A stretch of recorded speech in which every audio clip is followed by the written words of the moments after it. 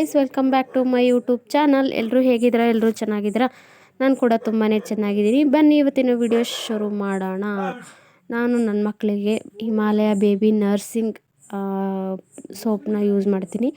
ಎಲ್ಲ ಪ್ರಾಡಕ್ಟ್ನು ನಾನು ಹಿಮಾಲಯನೇ ಬಳಸೋದು. ಈಗಂತಲ್ಲ, ನನ್ನ ಮಕ್ಕಳು ಚಿಕ್ಕೋರಿರೋವಾಗ್ಲಿಂದನೂ ಅದನ್ನೇ ಯೂಸ್ ಮಾಡ್ತಾಯಿದ್ದೀನಿ. 1 ಡೇ ಬೇಬಿಯಿಂದ ಹಿಡಿದು ಇಲ್ಲಿವರೆಗೂ ಅದನ್ನೇ ಯೂಸ್ ಮಾಡ್ತಾಯಿದ್ದೀನಿ. ಬನ್ನಿ ಇವತ್ತಿನ ದಿನ ಹೇಗೋಗುತ್ತೆ ಅಂತ.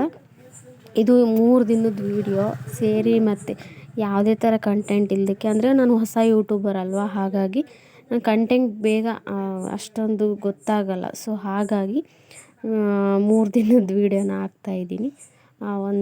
ಅವತ್ತು ಮೊನ್ನೆ ನೈಟು ಮಿರ್ಚಿ ಬಜ್ಜಿ ಮಾಡಿದ್ದೆ, ಆವತ್ತು ಸಂತೆ ಮಾಡಿದ್ದೆ ಅಂದಲ್ವ, ಅದರ ನೆಕ್ಸ್ಟ್ ವೀಡಿಯೋನೇ ಇದು. ಮಿರ್ಚಿ ಮಾಡಿದ್ದೆ. ನನ್ನ ಕೈಲಿ ತುಂಬ ಚೆನ್ನಾಗುತ್ತೆ, ನಮ್ಮ ಮನೆಯವ್ರಿಗೆ ತುಂಬ ಇಷ್ಟ.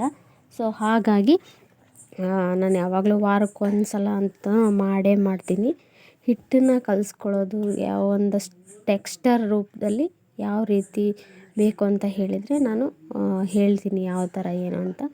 ನೀಟಾಗಿ ಈ ಥರ ಬಿಟ್ಕೊತ ಹೋದರೆ ಸೂಪರಾಗಿರುತ್ತೆ. ಆಮೇಲೆ ಇದ್ರ ಜೊತೆಗೆ ಅವತ್ತು ಪಲಾವನ್ನು ಮಾಡಿದ್ದೆ, ಅಂದರೆ ಚಿತ್ರಾನ್ನ ಟೈಪ್ ಮಾಡಿದ್ದೆ ನಾನು.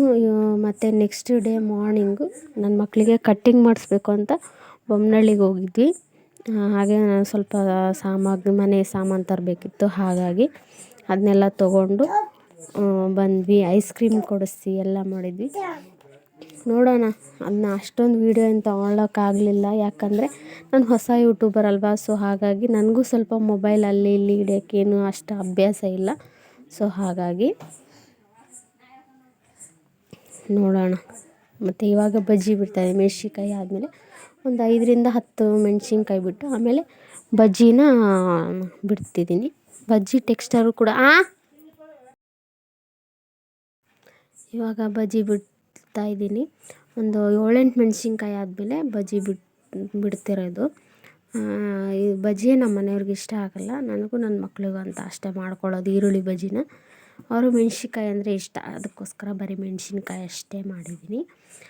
ಅದೇ ತಮ್ಮನೇಲಲ್ಲಿ ನೋಡಿರೋ ಹಾಗೆ ನಾವು ಬೊಮ್ಮಳಿಗೆ ಏನಕ್ಕೆ ಹೋಗಿದ್ವಿ ಅಂದರೆ, ನನ್ನ ಮಕ್ಳಿಗೆ ಕಟ್ಟಿಂಗ್ ಮಾಡಿಸ್ಕೊಂಬರಕ್ಕೆ ಹೋಗಿದ್ವಿ ಅಷ್ಟೇ. ಯಾಕಂದರೆ ಚಿನ್ಮಯಿ ಹಾಲು ಕುಡಿತಾಳಲ್ವ ಇನ್ನು. ಸೊ ಹಾಗಾಗಿ ಕಟ್ಟಿಂಗ್ ಮಾಡಿಸ್ಕೊಳ್ಳೋದು ಲೇಟ್ ಆಗುತ್ತೆ ಅಂತ. ಅದು ಇವತ್ತೇನೋ ಹೋಗಿ ಹೆಂಗೆಂಗೋ ಆಗೋಯಿತು. ಯಾಕಂದರೆ ಮನೆ ಬಿಟ್ಟಿರೋದು 11 ಗಂಟೆಗೆ, ಬಟ್ ನಾವು ಇಲ್ಲಿಂದ ಊರಿಂದ ಬೊಮ್ಮನಳ್ಳಿ ಮುಟ್ಟಿರೋದು 2 ಗಂಟೆಗೆ.